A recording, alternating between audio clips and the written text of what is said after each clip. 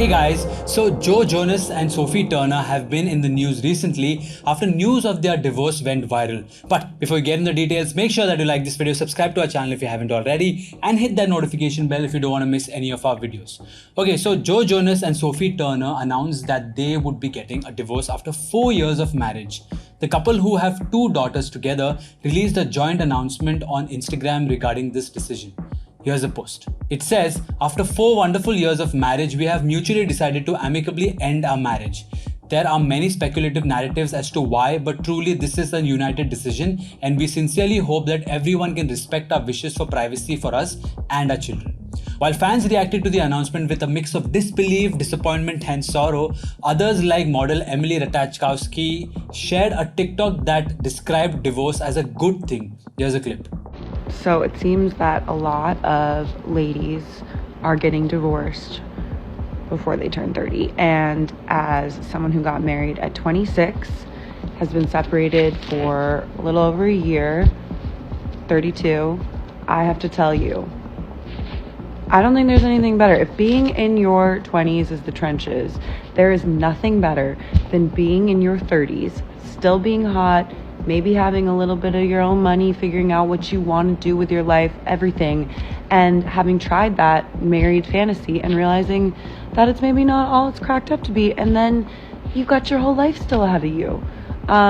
So for all of those people who are stressed or feeling stressed about that, about being divorced, like it's good. Congratulations. She doesn't think there's anything better than getting a divorce before you're 30. In her opinion, it's better to be divorced alone and still figuring out what you want to do with your life instead of being married with kids. Well, marriage is not some fantasy or fetish to just try out for fun, and then when it's not so fun anymore, you just quit. It's true that unfortunately sometimes life doesn't always turn out the way you want it to be, but most of the time the problem is the way marriage is perceived. Marriage is more like a use and throw situation nowadays. You get married quickly and divorce even faster. There's no value or meaning to it. It's just viewed as another type of relationship that happens, and if things don't work out, you move on. Marriage is not the legally recognized version of a live-in relationship. It's the free, total, faithful and fruitful union of a man and a woman who are sacramentally united in the eyes of God and the church. When you approach marriage in this manner, you are able to experience it in the way God created to be. The belief that divorces or temporary relationships like live-in relationships, situationships, etc. provide you with more freedom than marriage is a lie.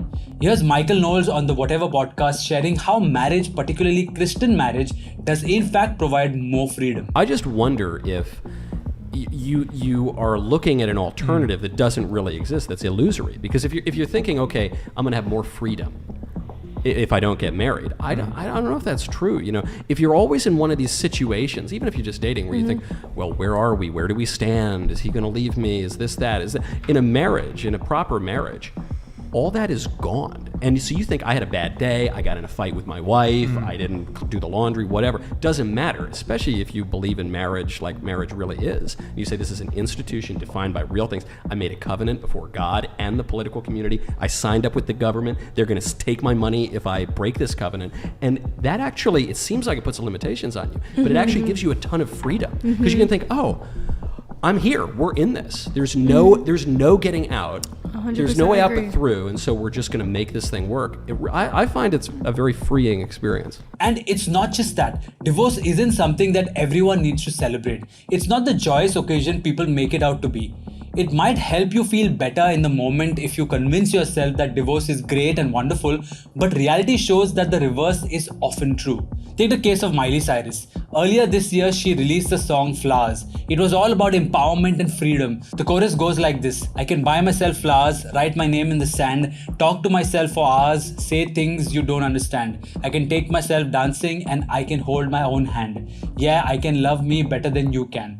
The song quickly claimed to be a breakup and divorce anthem, with many relating the song to her divorce with husband Liam Hemsworth. While the song encouraged single women everywhere to be strong and independent with no regrets, her latest song, Used to Be Young, seems to have a different message. Some of the lyrics are, "The truth is bulletproof, there's no fooling you, I don't dress the same. Me and who you say I was yesterday have gone our separate ways. Left my living fast somewhere in the past, cause that's for chasing cars. Turns out open bars lead to broken hearts and going way too far. I know I used to be crazy, I know I used to be fun. You say I used to be wild, I say I used to be young. You tell me time has done changed me, that's fine, I've had a good run."